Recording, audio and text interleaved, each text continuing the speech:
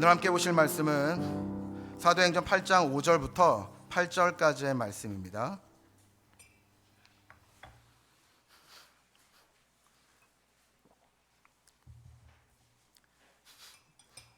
사도행전 8장 5절부터 8절까지의 말씀, 저랑 같이 한 목소리로 읽으시고 마지막 절 8절은 함께 읽도록 하겠습니다. 한 절씩 나눠 읽도록 하겠습니다. 제가 먼저 5절 읽어 올리겠습니다. 빌립이 사마리아 성에 내려가 그리스도를 백성에게 전파하니 한 마음으로 그가 하는 말을 따르더라. 많은 사람에게 붙었던 더러운 귀신들이 크게 소리 지르며 나가고 또 많은 중풍병자와 못 걷는 사람이 나으니 그 성에 큰 기쁨이 있더라. 아멘. 우리 8장 8절 말씀을 한번 다시 읽어볼까요? 시작. 아멘.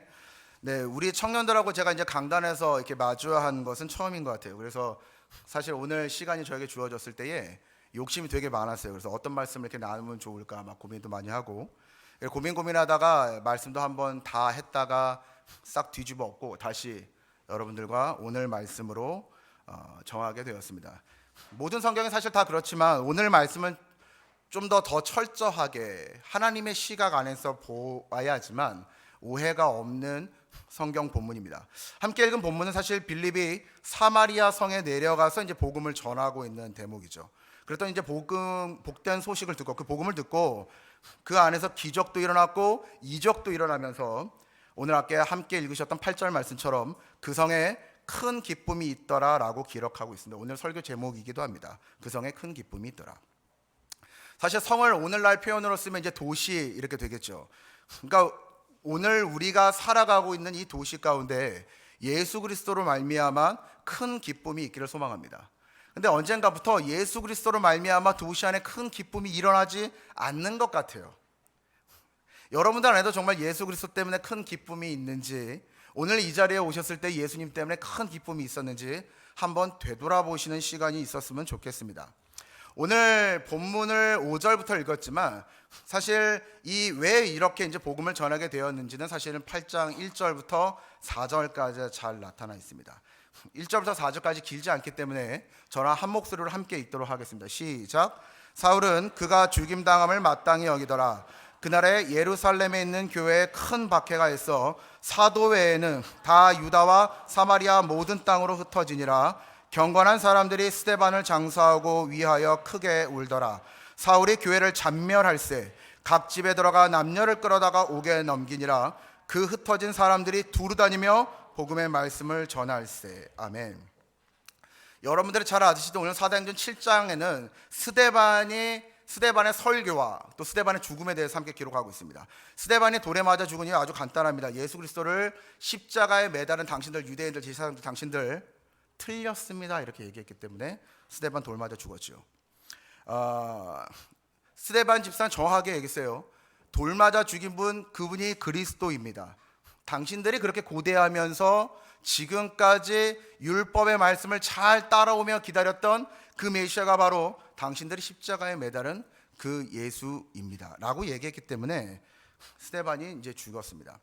사실 사도행전 7장 51절에 보면 스데반이 이렇게 간단하게 이야기하지 않고 굉장히 강한 어조로 더 강도 높여서 이야기합니다. 사도행전 7장 51절에 제가 읽겠습니다. 여러분 한번 같이 보십시오.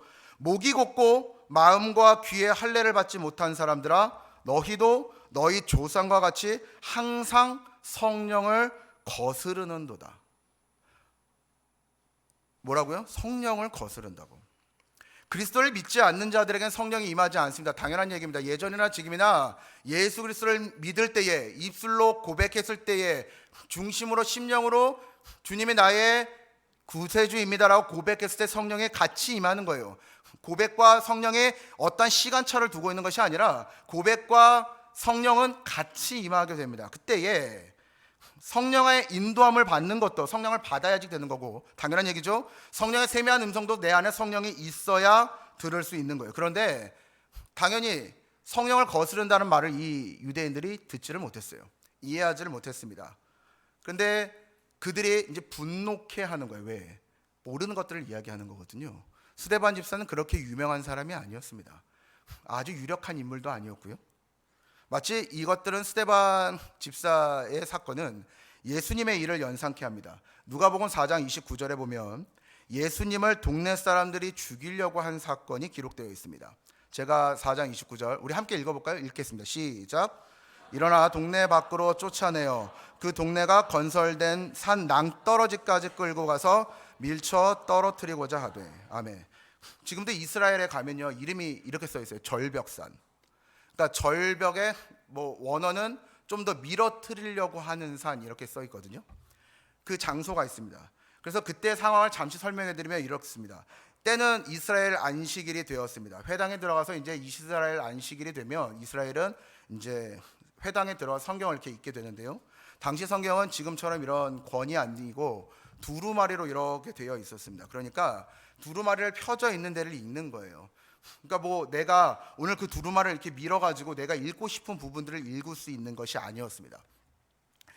그래서 두루마리를 이렇게 펴져 있는 상태에서 이제 읽었는데 마치 이제 예수님께서 그 회당에 들어가서 읽으셨던 부분이 어디냐면 누가복음 4장 18절 19절에 기록되어 있는 부분이에요. 우리가 항상 암송하기도 하고 잘 말하는 부분인데요.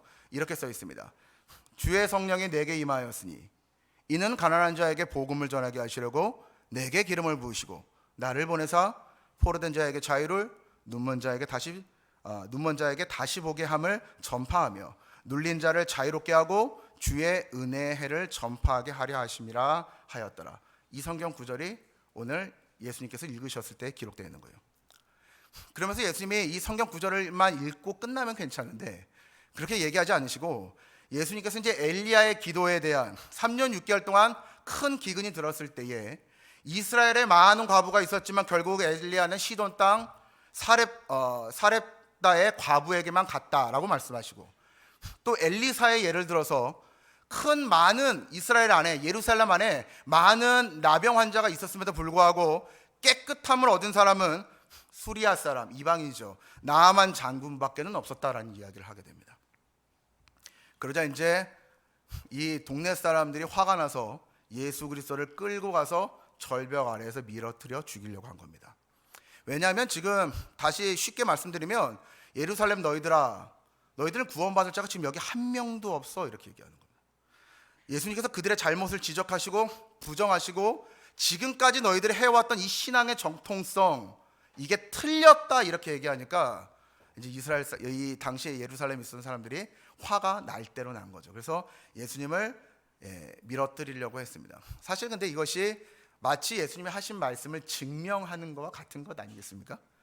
정말 자신들이 틀렸다는 걸 증명하듯이 그 자리에서 일어나서 예수님을 동네 밖으로 쫓아내고 거기서 끝나지 않고 동네 밖의 끝에 있는 건설된 산 낭떠러지까지 끌고 가서 예수님을 밀어뜨리려고 했습니다.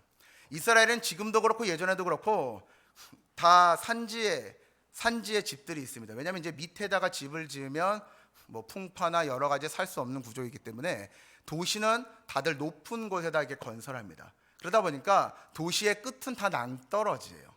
그러니까 오늘 예수님을 그 도시의 끝자락으로 도시에서 밀어뜨린 게 아니에요. 밀어뜨릴 수 있습니다. 근데 도시까지 안 하고 우리의 오늘 도시는 거룩하니까 여기서는 살인을 저지를 수 없어요. 그러니까 예수님을 굳이 동네 밖으로 끌고 나가서 거기서 밀어뜨리려고 한 거죠. 근데 성경은 그 다음에 뭐라고 써냐면 예수님께서 유유히 그들의 틈 안에서 걸어 나가시더라 이렇게 써 있습니다. 끝까지 그들은 예수님을 보지 못한 겁니다. 사도행전 7장에 스데반이 이제 이러한 것들을 이야기한 거죠. 너희들이 십자가에 달고자 했던 그분이 진짜 메시아다. 예수님이 스스로 말씀한 것처럼 가난한 자들에게 복음을 전하고 포로된 자들에게 자유를 주셨고 눈먼 자를 보게 하시고 그 소식을 전파하시고 눌린 자를 자유롭게 하셨다. 그리고 그분 스스로 예수님 스스로 주의 은혜의 해를 전파하셨다. 그분이 메시아다. 그러니까 너희들이 지금 붙잡고 있는 거 다 그림자에 불과하다. 스데반 집사가 이제 이렇게 이야기한 겁니다. 예수님 생전에서도 예수님 잡아서 죽이려고 했는데 스데반은 어떻겠습니까? 당연히 스데반 집사가 돌로 맞아 이제 죽는 사건이 벌어지게 된 거죠. 그리고 나서 사도행전 8장 1절은 그 사건을 시작으로 그날에 예루살렘에 큰 박해가 있어 사도 외에는 다 유대와 사마리아 모든 땅으로 흩어졌다 이렇게 써 있습니다. 예루살렘을 기점으로 북쪽으로는 사마리아, 남쪽으로는 유다. 그래서 사람들이 이제 박해를 피해서 도망간 겁니다. 흩어진 겁니다. 그러면서 성경은 아직 예수를 만나지 못한 바울, 곧 사울의 이름이 등장하면서 그 사울의 교회를 잔멸하고, 다시 말하면 우리 지금 한국말로 이야기하면 황폐화시키고, 대충 잡아서 조금 없앤 게 아니고요, 완전히 황폐화시키는 거예요. 이 잔멸이라는 원어 자체는 완전히 없애서 가루처럼 만들어 버리다라는 뜻입니다. 그래서 황폐화시키는데 앞장섰다라고 기록합니다. 사울이 자기 열심대로 한 겁니다. 이와는 대대적으로, 사울의 자기 열심과는 대조적으로 성경은 흩어진 사람들이 두루 다니며 복음을 전했다라고 4절에 기록하고 있어요. 여러분에게 무엇을 의미하고 있습니까? 예수 그리스도를 알지 못하고 만나지 못한 사람은 결국 자기 소견대로 행동할 수밖에 없습니다. 당연한 얘기죠. 뒤에 가서 제가 다시 한번 언급하겠지만, 예수 그리스도를 믿고 예수 그리스도를 아는 사람들은 결국 복음을 증거하고 복음을 따라가는 인생을 살아갑니다. 그러니까 내 인생에 오늘 복음을 전하는데 쓰이는 인생이 되는 거예요. 그때의 빌립 집사는 마치 이제 사마리아로 올라가게 된 거죠. 그러니까 내려가게 되었습니다. 사마리아로 가게 되었습니다. 그곳에서 복음을 증거했고 그리스도를 증거를 했더니 오늘 거기서 뭐가 나타났냐면 표적이 일어났습니다. 그리고 성경은 뭐라고 기록하냐면 사마리아 성 사람들이 한 마음으로 빌립이 하는 말을 믿고 따라갔다, 이렇게 기록하고 있습니다. 여기서 중요한 건 한 마음으로예요. 사마리아 사람들이 빌립이 증거하는 그리스도를 듣고 마음이 하나가 되었습니다. 사랑하는 우리 요한서울교회 성도님 여러분들, 예수 그리스도를 들으시면, 그리스도가 내 안에 계시면 여러분들 다 하나가 될 줄 믿습니다. 내 안에 분열이 나는 건 결국 자기의 의견이 강한 거예요. 하나님의 말씀보다는 자기 의견이 강하면 분리될 수밖에 없습니다. 그러나 주님은 우리를 하나 되게 하시는 이인 줄 믿습니다. 성경은 사마리아가 이제 그렇게 빌립이 가서 복음을 증거하고 했더니 그 성에 실제적인 어려움들이 해결됐습니다. 어떤 거냐면 귀신들이 쫓아나가고 중풍병자가 낫고 못 걷는 사람이 걷기 시작했습니다. 그랬더니 오늘 성경은 뭐라고 쓰냐면 그 성에 큰 기쁨이 있더라라고 기록하고 있습니다. 사랑하는 우리 요한솔교 여러분들, 스데반 집사의 죽음은 디아스포라 곧 죽음을 디아스포라 곧 흩어짐을 가져왔습니다. 우리의 시각으로 보면 유력한 자가 하나 죽은 거예요. 뭐 이런 표현 죄송하지만 우리 이현대 목사님 복음 전하다가 돌 맞아 죽은 거예요. 안 계시죠? 자리에 안 계셔서 얘기한 거예요. 얼마나 슬프고 애통합니까? 그죠? 별로 애통하지 않고 웃고 계시네. 애통과 고통의 현장입니다. 그런데 그 흩어짐을 통해서 예수 그리스도의 이름과 권능은 더 큰 확장을 가지고 왔습니다. 오늘 사도행전 8장에 나오는 빌립 이 집사는 초대교회 7 집사 중 한 명이었습니다. 엄밀히 얘기하면 사도 아니었습니다. 사도가 아니라는 얘기는 예수 그리스도와 함께 공생의 시간을 보내지 않았다는 것을 의미합니다.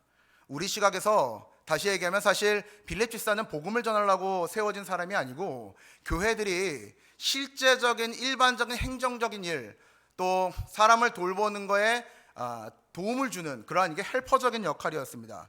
그러니까 사도의 직분을 감당할 만한 그러한 직책이나 위치는 아니었다라는 것이죠.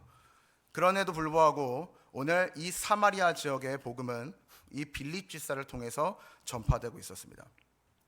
비록 박해는 일어나고 있었지만 오늘 그 시점부터 복음은 확장되었습니다. 한 사람의 헌신과 노력으로 말미암아 복음이 확장된 겁니다. 인간의 시각에서는 안 되는 지역입니다. 당시의 사람들에겐 고착화된 잘못된 신분차별에 대한 선입견이 있었죠. 사마리아 애들은 섞인 아이들이다. 그러니까 빌립진데 그 선입견이 빌립 집사 한 사람으로 말미암아서 깨져버리고 그 안에 그리스도의 마음이 증거된 겁니다. 대단해 보이는 빌립 집사의 행정은 사실 예수 그리스도의 말씀을, 예수 그리스도의 삶을 철저히 뒤따른 인생이죠. 빌립 집사가 자신에게 기회가 주어졌을 때 예수님처럼 예수님이 걸어갔던 그 길을 따라갔습니다. 빌립 집사가 가셨던 그 행로를 보면 예수님께서 사마리아, 여러분들 잘 아시는 우물가의 여인에게 가셨던 그 행적을 생각나게 합니다. 성경 안으로 잠시 우리가 사고를 한번 옮겨봅시다. 여러분 잘 아시는 우물가의 여인을 한번 여러분들의 사고를 이미지해 보십시오. 그곳에 사람들이 갈증을 필요로 하죠. 갈증이 나니까 물을 가져오러 그 우물가에 모이기 시작합니다. 물은 생존권이죠. 반드시 필요했었던 것 중에 하나입니다. 그 물을 길러온 여인을 예수님이 먼저 만나러 가신 거예요. 여인의 반응이 어떻습니까? 예수님 처음 만났을 때 좋았습니까? 나빴습니까? 예, 나빴어요. 좋지 않았습니다. 여인이 종교적인 적대감을 드러냈습니다. 예수님께서 물 한 잔 요청했을 때에 이렇게 이야기죠. 유대인인 당신이 왜 나한테 물을 달라고 하십니까? 예수님이 여러 가지를 놓고 설명할 때에도 예수님께서 너에게 영원히 마르지 않는 생수를 주겠다고 하셨을 때도 이것이 정말 네가 구할 그 생수이다라고 얘기했을 때에도 이 수가성에 살고 있었던 여인은 그냥 예수님의 말 듣지 않았습니다. 그냥 예수님 목마른, 그래서 자기도 목마르니까 물 한 잔 달라고 하는 그냥 목마른 유대인 한 명에 불과했습니다. 그때 예수님이 아주 생뚱맞은 질문을 하나 딱 던져요. 가서 네 남편을 불러와라. 여인이 깜짝 놀랍니다. 왜냐하면 자신에게 숨기고 싶었던 과거였기 때문입니다. 사람들에게 나설 수 없는 이유였고 반드시 숨겨야만 하는 그러한 과거였습니다. 근데 오늘 그걸 예수님께서 이렇게 들춰내시는 거예요. 오늘 제가 이 우물가의 이 수가성 여인에 대한 내용을 설교 가운데 하는 것은 이 사마리아 지역이 그런 곳이라는 것입니다. 유대인에게 적대감이 있고 빌립 지사가 복음을 와서 전할 수 없는, 그러니까 유대인이 사실 들어가서 복음을 전하기는 굉장히 꺼려하는 그런 곳입니다. 그런데 실제로 빌립 지사가 가서 사마리아에 복음을 전하니까 성경은 그 성에 큰 기쁨이 있었더라고 기록합니다. 다시 우물가 여인으로 배경 돌려보겠습니다. 자신의 과거를 이렇게 들춰내자 여인은 바로 이제 예수 그리스도를 선지자라고 이야기합니다. 그리고 그 다음에 나누어지는 대화는 참 놀랍게도 예배에 관련된 내용이었습니다. 여러분, 사마리아에 예배가 없었던 것이 아닙니다. 그런데 하나님과 우상을 겸하여 섬기다 보니까 점차 퇴색해 됐어요. 진짜 중요한 게 무엇인지 잃어버렸습니다. 예배를 어디서 어떻게 드려야 되는지 몰랐습니다. 놓쳐버렸습니다. 그렇게 시간이 흘러버렸다 보니까 이제 예배가 무엇인지 남지 않게 돼버린 지역이 된 겁니다. 예배가 없었던 것이 아닙니다. 여인은 묻습니다. 예수님께, 우리 조상들이 곧 이산 그리심산에서 예배를 했는데 유대인들은 저쪽 예루살렘에 46년 동안 지었던 성전에 들어가서 예배를 드려야 된다고 합니다. 저는 어디 가서 예배를 드려야 될까요? 라고 물어봅니다. 이 말에 예수님이 이렇게 대답하십니다. 그리심산도 아니고 예루살렘도 아니다. 너희는 아버지께 예배할 때가 이르리니 너희는 알지 못하는 것을 예배하고 우리는 지금 아는 것을 예배하니까 그 구원이 유대인에게서부터 나왔다라고 얘기합니다. 예수님의 출생이 유대인에서부터 나왔기 때문에 그렇게 말씀하시는 거였죠. 그래서 우리가 잘 아시는 구절, 요한복음 4장 23절부터 24절까지 말씀을 예수님께서 말씀하시는 거예요. 우리 함께 합독하겠습니다. 시작. 아버지께 참되게 예배하는 자들은 영과 진리로 예배할 때가 오나니 곧 이때라. 아버지께서는 자기에게 이렇게 예배하는 자들을 찾으시느니라. 하나님은 영이시니 예배하는 자가 영과 진리로 예배할지니라. 아멘. 무엇을 이야기합니까? 예배라는 것은 공간에 묶여 있는 것이 아니라 우리의 중심에 있고 그 중심이 누구를 향해 있느냐에 대해서 중요한 대상이 있다고 얘기하십니다. 공간이 중요하지 않다고 얘기하니까 오해하시는 분들 가끔 있으신데 오해하지 말고 들으십시오. 저는 지금 우리 요한서울교회가 새 성전에 들어가는 시점 가운데 오늘 이 말씀을 이야기하고 있습니다. 정말 저는 여러분들 삶 내 예수님 때문에, 그리고 여러분들 때문에 이 성에, 이 도시에, 이 자양동에, 광주에, 서울에, 대한민국에 큰 기쁨이 있었으면 좋겠습니다. 그런데 이 큰 기쁨을 잊게 하기 위해서는 무엇보다 우리 삶에 예수 그리스도를 증거하고 예수 그리스도의 놀라운 복음을 나누면서부터 사실은 시작되는 겁니다. 하지 않으면, 복음을 증거하지 않고 복음을 나누지 않으면 이 일이 일어날 수가 없습니다. 이제 다음 달이면 새로 지어진 성전에 들어갑니다. 가면 큰 은혜 있을 거예요. 아멘을 아무도 안 하십니다. 큰 은혜가 있을 겁니다. 우리에게 진짜 축복이에요. 맞죠? 감사가 넘치고 새로운 소망과 비전들이 여러분들이 그 성전 안으로 들어가면 막 일어나게 될 거예요. 와, 여기서 모두 할 수 있을 것 같고 대단한 것들이 일어날 수 있게 막 마음이 이렇게 막 뛰고 요동칠 겁니다. 그럼에도 불구하고 우리가 드려지는 예배는 이런 환경적인 것들로 온전해지지는 않습니다. 예배는 공간 자체에 머물러 있는 것이 아니기 때문입니다. 어쩌면 우리가 지금 이곳 베델 교회에서 2년 동안의 예배 시간들을 여러분들이 되돌아보는 시간을 갖게 할지 모르겠습니다. 분명한 것은 새 성전에 들어간다고 해서 우리 신앙의 생활 수준이 업그레이드 되지 않습니다. 단순히 주변에 착한 일을 하고 도덕적인 규범의 높은 수준을 이행한다고 해서 가난한 사람들을 돌보고 쓰레기를 줍고 교통 규범을 잘 지키는 이러한 도덕적인 일들을 해나간다고 해서 여러분들 안에 기쁨 넘치지 않습니다. 어쩌면 그곳에 들어가면 우리의 예배 생활이 정말 다시 제로 베이스에서 시작돼야 될지 모르겠습니다. 예수님께서 여인에게 말씀하셨던 것처럼 아버지께 참되게 예배하는 자들은 영과 진리로 예배할 때가 오나니 곧 이때라. 아버지께서는 자기에게 이렇게 예배하는 자들을 찾으시니라. 하나님은 영이시니 예배하는 자가 영과, 예전의 말로는 신령과 진리로 예배할지니라 라는 말씀이 여러분들 가운데 깊이 새겨지기를 소망합니다. 새로운 성전은 우리가 영과 진리로 예배해야 되는 곳일 줄 믿습니다.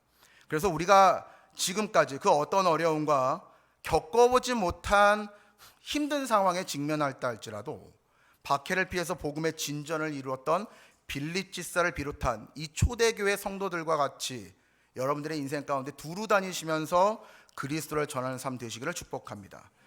이제 이것은 과거와는 다른 모습입니다. 웃는 말로 구역 가고 건대 입구역 가서 단순히 전도지 나눠주던 그러한 모습은 분명 아닐 겁니다. 어쩌면 겉모습은 비슷할지 몰라요. 여전히 구역 가시고 건대 입구 가시고 강변역 가시고 뭐 이쪽 근처에서 복음의 전도지를 나눠주는 모습은 겉으로 볼 때는 똑같을지 모르겠습니다. 그러나 여러분들은 이저보다 더 확고한 믿음을 갖게 되실 겁니다. 분명한 것은 한 사람의 생명을 아주 소중히 여길 수 있는 여러분들 되시길 축복합니다. 나를 구원하신 예수 그리스도를 향한 감사가 넘치고 복음을 모르고 지나가는 이들에게 애통한 마음이 있을 겁니다. 오늘 설교 제목이 그 성에 큰 기쁨이 있더라입니다. 그리고 그 성의 기쁨이 충만해지는 것은 복음을 증거하고 그리스도를 전하는 것으로부터 시작되었다고 오늘 성경은 기록하고 있습니다. 복음을 전하다 보면 우리가 한 가지 질문에 놓이게 됩니다. 예수 그리스도의 이름을 증거하는데 우리 삶을 올인하면 우리의 인생이 보장받습니까? 라는 질문에 직면하게 되죠. 다른 질문으로 정말 올인하면 그것이 내 인생에 정말 지혜로운 것입니까? 라는 질문에 부딪히게 될지도 모르겠습니다. 제 대답은 당연하겠죠. 예스입니다. 단호하게 예스입니다. 그럼에도 불구하고 우리 모두 여기 다 예스라고 머리로는 인식합니다. 근데 실상 잘 안 따라오죠. 그렇죠? 네, 죄송합니다. 저만 안 따라오나 봐요. 사실 우리는 이 올인이라는 단어를 좀 잘 이해할 필요가 있어요. 예수 그리스도를 향한 올인입니다. 우리의 행위가 반드시 그리스도에 대한 믿음을 수반하지 않을 수 있어요. 좀 어려운 얘기입니다. 나의 열심이 믿음이 없이 일어나는 걸 수 있다라는 이야기입니다. 그러니까 우리가 날마다 올인한다는 것은 그리스도가 믿어지고 그것들이 행동으로 나타나야 되는데 믿어지는 과정이 없이 들은 것만으로 이렇게 하라 그랬으니까 그렇게 따라가는 겁니다. 그래서 날마다 그냥 행동만 실현하는 겁니다. 그것을 올인으로 착각할 수 있어요. 그것이 교회주의입니다. 여러분들 이 점을 많이 오해합니다. 교회 안에 오래 머물러 있고 예수 그리스도의 이름을 증거하는 일이 아니어도 교회에서 일어나는 많은 것들을 열심히 하는 것을 올인으로 착각할 수 있어요. 그것을 전적 헌신으로 오해할 수 있습니다. 교회 단지 오래 머물러 있는 것이 그리스도 예수님의 이름을 증거하는 일에 최우선순위라고 베스트라고 오해할 수 있어요. 물론 세상 속에서 놀러 다니는 것보다 교회 안에서 머물러 있으면 유익이 있습니다. 당연한 이야기죠. 교회 안에서 오래 있으면 믿음의 일도 일어날 수 있고 많은 것들을 이루어낼 수 있습니다. 말씀을 한 자락으로 더 듣겠죠. 그러면 진정한 주님과의 관계를 이루고 경험도 쌓이고 내가 위로도 받죠. 찬양 한 절이라도 더하면 하나님을 경험하고 기도 한 번이라도 더하게 되면 기도의 능력을 체험하게 되니까 하나님께서 나와 함께 계시길 원하신다는 마음이 들 겁니다. 깨닫게 될 거예요. 내 가치가 어떻게 되는지 알게 될 거예요. 그때에 교회 안에 정체해 계시면 안 됩니다. 이거 마치 베드로가 변화산에 예수님 따라 올라갔다가 예수님 보고 엘리야와 모세 보고 여기 있는 것이 좋사오니 제가 여기 초막셋을 짓고 머물겠습니다 라고 말하는 거하고 똑같지 않습니까? 교회 안에서만 머물러 계시면 신앙의 역동성을 발휘할 수가 없습니다. 만들어낼 수도 없어요. 우리가 다른 종교와 다른 점이 있다면 우리는 오직 믿음으로만 구원받습니다. 믿으십니까? 다시 말해서 우리가 복음을 증거하는 행위가 우리를 저 천국으로 보내는 열쇠나 방법이 아니라는 이야기입니다. 그럼에도 불구하고 우리가 한 영을 향해서 찾아갑니다. 복음을 모르는 자들에게 찾아가요. 아직은 복음을 듣지 못한 자들에게 찾아가고 복음을 알고는 있지만 믿지 못하는 자들에게 여러분들이 찾아갑니다. 왜 그렇게 됩니까? 교회만 머물고 싶은데 그렇지 않고 여러분들 복음을 모르는 자들에게 가요. 왜? 성령님이 우리의 마음을 감동하게 하시니까요. 우리 마음을 뛰게 합니다. 생각해 보시죠. 거룩한 부담감은 있잖아요. 저 사람 예수를 모르고 지나가는데 내가 저 사람 빤히 몇 번을 만났어요. 그럼 여러분들 마음에 그래도 내가 저 사람들한테 교회 가자고 이야기해야 되지 않을까, 이런 마음 생기지 않습니까? 때때로 성령님이 우리 안에 거룩한 부담감을 주시기도 하시고, 또 그들에게 복음을 전해야 되겠다는 확고한 믿음을 주시기도 합니다. 그래서 그 믿음에 따라서 마음의 감동대로 여러분들이 복음을 증거로 나가면 내 안에 샘솟는 기쁨이 있습니다. 여러분들 생각해 보십시오. 여러분들의 삶 한번 되돌아보십시오. 내가 기도하고 시간 쓰고 물질 들여서 한 사람에게 복음을 전하고 그 사람이 예수께로 돌아왔습니다. 그때의 감격을 한번 생각해 보십시오. 세상의 그 어떠한 것과도 비교가 안 됩니다. 그 어떠한 성취하고도 비교가 안 돼요. 경험해 보지 못하신 분들은 경험해 보시길 축복합니다. 경험해 보셨던 분들은 다시 그 마음이 새롭게 내 안에서 일어나시기를 축복합니다. 저는 마음이 이렇게 막 뜨거워져요. 우리는 이슬람이나 타 종교처럼 이단 사이비처럼 꼭 가야 될 성지가 없어요. 왜냐하면 그것 자체로 성스러운 장소는 없기 때문입니다. 예수님이 계시기 때문에, 예수님이 계셨던 곳이기 때문에 의미가 있는 것이에요. 사실 엄밀하게 얘기하면 우리가 지금 이스라엘로 가는 성지순례라는 이름도 바꿔야 돼요. 예수님의 생애순례, 혹은 예수님의 흔적 찾기, 성경 지역 역사적 찾기, 이런 걸로 바꿔야 돼요. 성지 아니에요. 예수님이 함께 동행하시는 지금 여러분들의 이 자리가 성지인 줄 믿습니다. 제가 앞서 언급한 절벽산에서 예수님을 밀어뜨린 그곳에서 설교를 한 적이 있습니다. 주일 설교를. 감동이었습니다.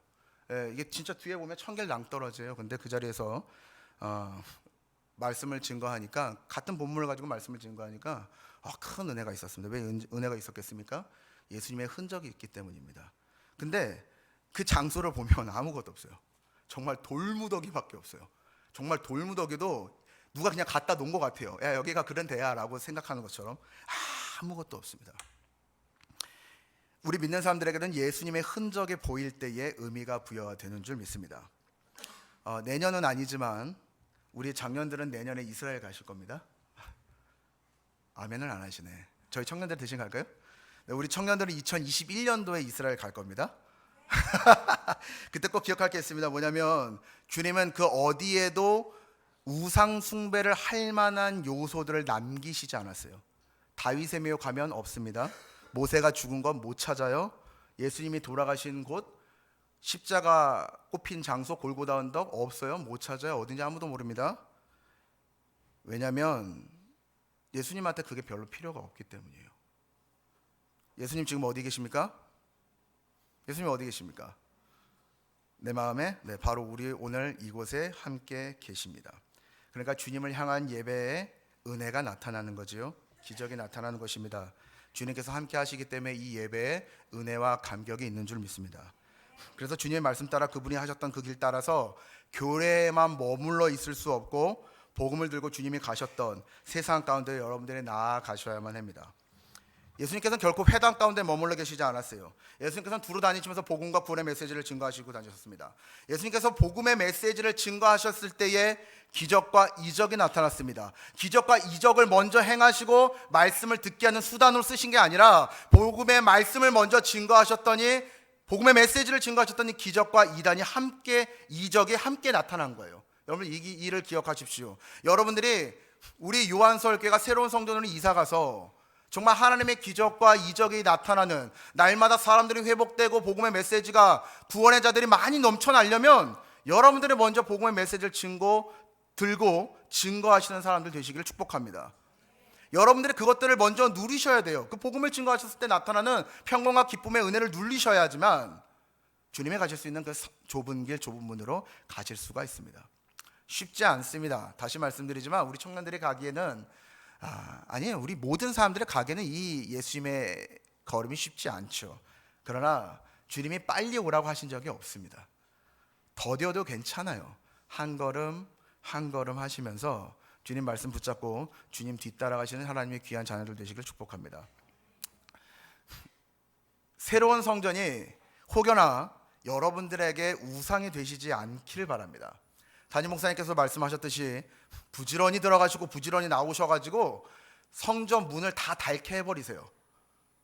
그래서 성전이 유리문인데 깨지면 안 되겠지만 자주 교체했으면 좋겠어요. 다 망가져가지고. 맨날 열고 이렇게 닫고, 그래서 나중에 자동문으로 바뀌도록. 교회 문을 닫게 하십시오. 교회 성전 안에 많은 기물들 아름답게 정성껏 마음껏 사용하십시오. 당연히 일부러 망가뜨리는 사람들은 없겠지만 소홀히 사용하라는 것, 소홀히 사용해도 된다는 걸 말씀드리는 것이 아니라 여러분들의 신앙의 흔적이 교회 곳곳에 남기를 소망합니다. 여태까지 우리 요한서울교회가 그렇게 해오셨던 것처럼 이제는 더욱더 더 성숙한 믿음을 가지고 복음의 일들이 교회 안에 많이 묻어나기를 주님의 이름으로 축복합니다. 복음을 증거하고 전파하는 것에 왜 그 성에, 그 장소에 기쁨이 있겠습니까? 바로 예수님께서 우리에게 하시는 말씀입니다. 굳이 마태복음 28장 18절 20절에 있는 대의임령 그거 끄집어내지 않아도, 아버지와 아들과 성령의 이름을 세례를 주고 이거 끄집어내지 않아도 여러분 성경 여러 곳에서 예수님께서 우리에게 복음을 전하라고, 복음을 넘치면 너에게 기쁨이 넘칠 거라고 말씀하시는 대목들이 참 많이 있습니다. 그 중에 한 대목, 사도행전 26장 16절부터 18절까지 말씀 함께 읽어보도록 하겠습니다. 우리 함께 읽습니다. 시작.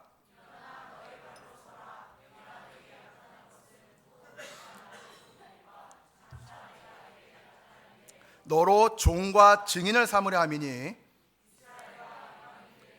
내가 너를 구원하여 그들에게 보내어 그 눈을 뜨게 하여 어둠에서 빛으로 사탄의 권세에서 하나님께 돌아오게 하고 죄사함과 나를 믿어 거룩하게 된 무리 가운데서 기업을 얻게 하리라 하더이다. 아멘. 우리를 하나님의 종, 증인 삼고자 하기 위해서 우리를 먼저 구원하셨다고 오늘 성경이 이야기합니다. 그리고 우리를 그들에게 보내서 복음을 전하게 함으로 그들의 눈이 뜨지고 그들이 어둠에서 빛으로 나오고 사탄의 권세에서 하나님께로 돌아가게 하고 그들에게 죄사함과 예수 그리스도를 믿어 거룩한 무리를 만들겠다고 하십니다. 그리고 끝나는 것이 아니라 그 거룩한 무리가 우리의 기업이 되신다고, 우리의 분깃이 되신다고, 우리의 상급이 되신다고, 우리의 상이 되신다고 하나님이 오늘 성경 가운데 기록되고 있습니다. 다시 여러분들에게 묻겠습니다. 예수 그리스도를 믿으면 인생 잘 됩니까? 세상 살아서 잘 먹고 잘 삽니까? 아멘. 잘 삽니다. 그렇고 말고요. 네. 이것은 기복신앙이 아닙니다. 복받기를 원하는 삶을 이야기하는 게 아니고 하나님의 말씀을 따라 살아가시는 언약을 믿는 거예요. 믿으십니까? 저는 성경에 있는 내용을 그대로 전달했을 뿐입니다.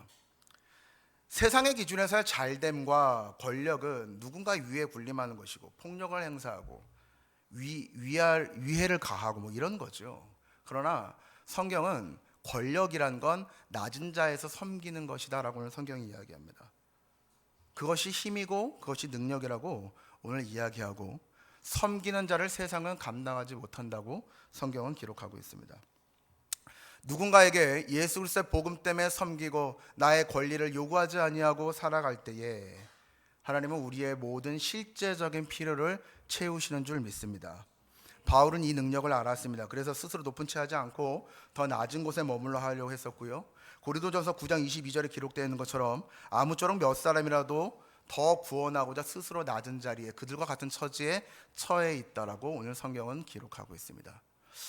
여러분들 이게 근데 왜 능력이 됩니까? 복음을 전한다는 것이 단순히 복음을 전하고만 오는 것이 아니라 우리는 사실 복음을 전할 때 실제적인 어려움들이 해결받습니다. 어둠에 머물러 있던 사람들은 빛으로 나오게 되고 사단의 권세에 묶였던 자들은 하나님께로 돌아오고, 그러니까 그 성에 기쁨이 넘치는 거예요.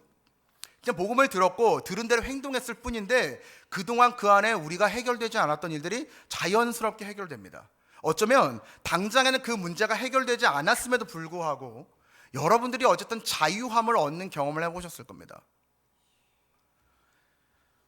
사실 문제에 더 이상 얽매이지 않게 됩니다. 문제로 말미암은 내 안에 있는 두려움과 우울증이 해결받는 순간이 바로 이런 것입니다.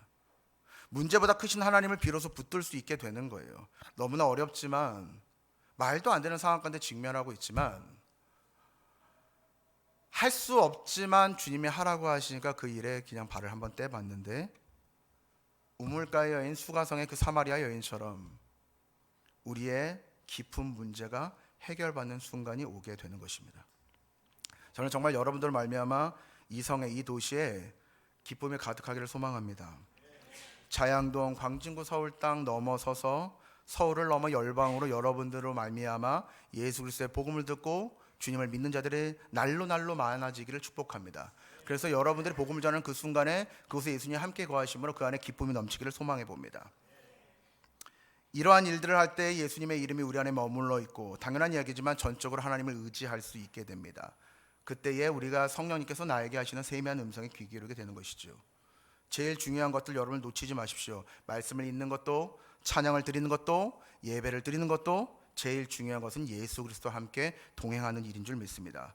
우리 삶에 예수 그리스도가 빠지면 그냥 평범한 일상이 되는 겁니다. 우리 삶에 근데 예수님이 함께 하시면 우리 삶이 드디어 그리스도의 복음을 증거하는 사역의 현장이 됩니다. 별거 아닌데 내가 사는 그 현장에 기쁨이 넘치고 기쁨이 샘솟아서 흘러 넘쳐나가는 은혜의 현장을 여러분들이 경험하게 됩니다. 그리스도와 함께 한다는 건 복음을 증거하는 삶을 살아가는 것이고 내가 그리스도인으로서의 삶의 정체성을 지키고 사는 삶입니다. 내가 살고 있는 이 땅을 위해서 기도하는 삶이고 하나님의 나라가 이 땅 가운데 임하게 해달라고 기도하는 살아가는 인생. 누가 봐서가 아니라 하나님이 나의 증인 되시니까 작은 것에 소중하고 작은 것에 소홀해하지 않는 인생 살아가는 것, 합리성을 따지는 것이 아니라 정직을 추구하고 효율성을 따지는 것이 아니라 성실을 추구해 나가는 삶, 이것이 바로 그리스도 예수님과 함께하는 삶입니다. 오늘 함께 읽은 사도행전 8장에는 크게 두 명의 인물이 나옵니다. 잘 아시는 한 명은 진립집사고 한 명은 아직 그리스도를 만나지 못한 사울 곧 바울입니다. 스데반 집사의 죽음 이후에 믿는 사람들 다 주변에 흩어지고 그들 다 복음을 전했다고 써 있습니다. 도망간 것이 아니라 복음을 전한 거예요. 그들의 신념대로가 아니라 믿음의 삶을 따라 살아간 겁니다. 마치 다니엘이 노년에 사자굴에 아무렇지 않게 평온하게 들어간 것 같은 겁니다. 우리 주일학교 가끔 그림 보면 다니엘이 사자굴에 들어가면 되게 젊어. 신고하고 싶어요. 아마도 다니엘 한 80세는 넘었을 거예요. 거기 들어갔을 때에. 여러분들 오해하지 마십시오. 다니엘이 사자굴에 들어갔을 때는 80년이 넘은 인생이에요. 근데 다니엘이 자신의 믿음의 삶대로 사자굴에 그렇게 어렵게 가지 않았어요. 웃으면서 들어갔어요. 담대히 들어갔단 말이죠. 사도행전 8장 마지막 절에는요, 빌립 집사의 전도 여행을 마지막으로 마무리를 합니다. 에티오피아 간닥의 여왕 네시에게 복음을 전했던 장면, 그리고 아소도와 그리고 가이사랴에 이르기까지 그의 복음을 증거했다고 오늘 성경은 기록합니다. 그리고 나서 사울은 아직 예수 그리스도를 만나지 못했습니다. 8장에 나타나는 사울의 모습은 살기 등등한 사람, 교회를 황폐화시키는 사람, 그에게 복음 없었습니다. 자신이 원하고 바라고 자신 스스로 원하는 신념에 따라서 일했죠. 그게 8장에 나타난 바울의 모습입니다. 근데 그렇게 성경은 끝내지 않고 9장에 극적으로 사울이 다메섹 도상에서 예수님을 만납니다. 그리고 빌립과 같이 변합니다. 그리고 예수님을 만난 그의 삶이 변화되어 그리고 곧바로 자신의 삶에서 그리스도 예수님만을 증거합니다. 사도행전 9장 20절에 이렇게 기록되어 있습니다. 즉시로 각 회당에서 예수가 하나님의 아들이심을 전파하니, 22절 말씀에 사울은 힘을 더 얻어 예수 그리스도라 증언하여, 이렇게 써 있습니다. 변화되었습니다. 변화되자 즉시로 주님을 증거했습니다. 다시는 세상으로 돌아가서 뒤돌아보지 않았습니다. 소돔과 고모라에서 두 천사가 롯 가정에게 이야기한 거 다시는 뒤돌아보지 마라. 사도행전 오늘 그 행적의 마지막 28장 31절에 사도 바울의 삶을 정리합니다. 이렇게 써 있어요. 하나님의 나라를 전파하여 주 예수 그리스도에 관한 모든 것을 담대하게 거침없이 가르치더라. 사랑하는 우리 유한설교 성도 여러분들, 저는 오늘 단지 그 성에 큰 기쁨이 있었다라는 제목을 가지고 오늘 설교를 시작했습니다. 그리고 그 성에 기쁨이 있으려면 우리가 복음을 전하는 사명을 잊어버려서는 안 된다라고 여러분들에게 지금 사실 되게 긴 시간에 걸쳐서 나누고 있습니다. 성전 입당을 정확하게 4주 앞두고 있습니다. 제가 여러분들을 이렇게 말씀드린 이유는 정말 하나님의 은혜로 저는 잘 모르지만 수십 년간 이 일이 진행되었다고 생각합니다. 예루살렘 제2성전이 지어진 데 46년 걸렸습니다. 어찌 보면 우리에게는 2년의 기간이 아니라 24년의 시간일지 모르겠습니다. 더 남다르게 우리 장년들에게는 더 다가갈지 모르겠어요. 우리 청년들에게는 아직 그냥 2년 후에 아름답고 번지르르한 성전을 맞이하게 될지 모르겠습니다. 각자가 받아들이는 기분은 남다를 것이에요. 다를 것입니다. 학개서에 기록된, 우리가 학개서 1장 8절 말씀 가지고 이야기했지만 포로에서 돌아온 이스라엘 백성들이 맞이하는 성전의 소망은 벅찰 것이고 그렇지 않은 사람들의 소망은 좋은 성전, 좋은 시스템에서 예배드리게 됐네, 좋게 됐네. 9시에 예배드리고 11시에 예배드리니까 이제 피곤하겠네, 뭐 이제 그러겠죠. 성전을 아름답게 지어내는 것, 그것이 우리 신앙의 목적 아닙니다. 번지르르한 교회 우리에게 필요 없습니다. 교회를 부각시키기 위해서 유력자들, 주변에 있는 사람들 끌어모으는 것도 필요 없습니다. 교회를 지킨다는 명목 가운데서 잘못된 것들을 고쳐나가지 못하는 공동체, 그런 공동체가 머무는 장소 필요치 않을 겁니다. 고인물에는 소용돌이가 치지 않아요. 고인물에는 자정작용이 일어나지 않습니다. 썩어갈 뿐입니다. 언젠가부터 우리에게도 예수 그리스도보다 우리 신앙의 공동체가 더 중요한 것은 아닌지 생각해 보게 됩니다. 하나님의 놀라운 은혜를 경험했던 대형교회들, 한국의 대형교회들이 무리수가 생기는 이유가 바로 여기 있습니다. 그래서 예수 그리스도보다 하나님의 말씀, 주님이 보였던 그 정신보다 교회가 중요해졌습니다. 저 교회 욕하려고 하는 거 아닙니다. 하나님의 말씀에 어긋났는데도 우리 교회에 도움이 되면 강해하고, 하나님께 영광이 되는데도 불구하고 교회에 재정이 나가고 교회에 도움이 되는 것 같지 않으면 하지 않는 것, 이것이 우상숭배입니다. 교회에는 가난한 사람들이 넘쳐나야 합니다. 그들이 이곳과 와서 부유함을 경험해야 합니다. 교회에서 소외받고 외로운 사람들이 끊임없이 들어오셔야 됩니다. 그래서 이곳에 와서 진짜 하나님의 사랑을 맛보셔야 됩니다. 세상에 갈 곳 없는 사람들이 이곳과 와서 오셔서 피난처처럼 사귀시는 것, 이것이 바로 교회입니다. 우리 삶 속에서 예수 그리스도를 놓치니까, 우리 자리가 교회인 것을 까먹어버리니까 그냥 우리끼리 모여있는 모임이, 교회 공동체가 주님의 이름을 대신하는 것 아니겠습니까? 교회를 지켜내는 게 너무 중요한 일이 되어버렸습니다. 그리스도의 역사가 교회 안에서만 일어나는 거 아닙니다. 여러분들이 세상 가운데로 나가면, 주님과 함께 동행하면 그 순간이 바로 역사적인 현장이 되는 거예요. 여러분 스스로 한번 질문해 보십시오. 나 너무 배타적인 거 아닌가? 나 너무 원초적인 복음의 모습을 잃어버린 거 아닌가? 여러분 한번 스스로 질문해 보셨으면 좋겠습니다. 복음은 그런 게 아닙니다. 여러분들 들고 들어가셨을 때 그곳에 기쁨이 넘치는 것이 복음입니다. 도시 전체가 기쁨이 가득하시려면 무엇보다 그리스도의 복음 참 진리를 전하는 교회 되시길 축복합니다. 고아와 과부를 돌보는 교회, 갈라디아서 2장 10절처럼 가난한 자를 잊지 않고 돌보는 교회 되시기를 주님의 이름으로 축복합니다. 교회 공동체의 목적은 수단 아닙니다. 우리는 교회 공동체로서의 어떠한 일들을 해나가는 것이 아니고 예수 그리스도의 이름으로 모였기 때문에 공동체가 된 것입니다. 복음을 들고 여러분들 세상 가운데 나아가지 못하면 이 안에는 그냥 정막만 남을 뿐이에요. 교회가 역동성을 잃으면 세상의 소금과 빛으로 살아갈 수가 없습니다. 온전한 복음은 온전한 세상을 필요로 합니다. 온전한 복음을 증거할 온전한 세상을 필요로 하는 것이 복음입니다. 복음은 우리들만의 수도원적인 영성, 속세를 피해서 사찰로 도망가는 그러한 영성이 아닙니다. 정말 여러분들의 교회라면 우리 모두가 예수 그리스도를 머리로, 어저께 우리 서영기 목사님 말씀하셨는데 각 지체가 하나로 구성된 교회임을 인식하시길 축복합니다. 여기는 내 교회가 아니고 예수 그리스도의 교회임을 깨달으시길 축복해요. 그것이 바로 믿음의 공동체입니다. 내가 속해 있는 교회는 주님의 명령만을 따르시는 교회가 되시기를 축복합니다. 세상에 있는 모든 사람들을 수용할 수 있는 교회가 되시길 축복합니다. 쉬운 일은 아니지만 그렇게 하셔야 됩니다. 그래서 교회는 계속적으로 주변에 있는 교회들과 연합하시기 힘드시고 세상 속에서 자정작용을 일으켜 나가실 수 있는 역할이 되시기를 축복합니다. 그래서 신앙생활의 가장 중요한 건 날마다 새로워지는 거예요. 우리 신앙이 새로워질 때, 우리 안에서 매일매일 복음이 새로워질 때에 여러분들 안에 넘치는 은혜가 끊이지 않을 수 있게 될 것입니다. 그래서 내가 속한 공동체, 내가 처한 그 삶의 터전이 주님으로 말미암아 날마다 새로워지기를 주님의 이름으로 축복합니다. 그래서 여러분들이 속해 있는 그 도시가 주님의 이름 때문에 큰 기쁨이 넘치기를 소망합니다. 마지막으로 시편 70편 4절 말씀 함께 읽고 오늘 설교 마무리하겠습니다. 우리 시편 70편 4절 말씀 함께 읽습니다. 시작.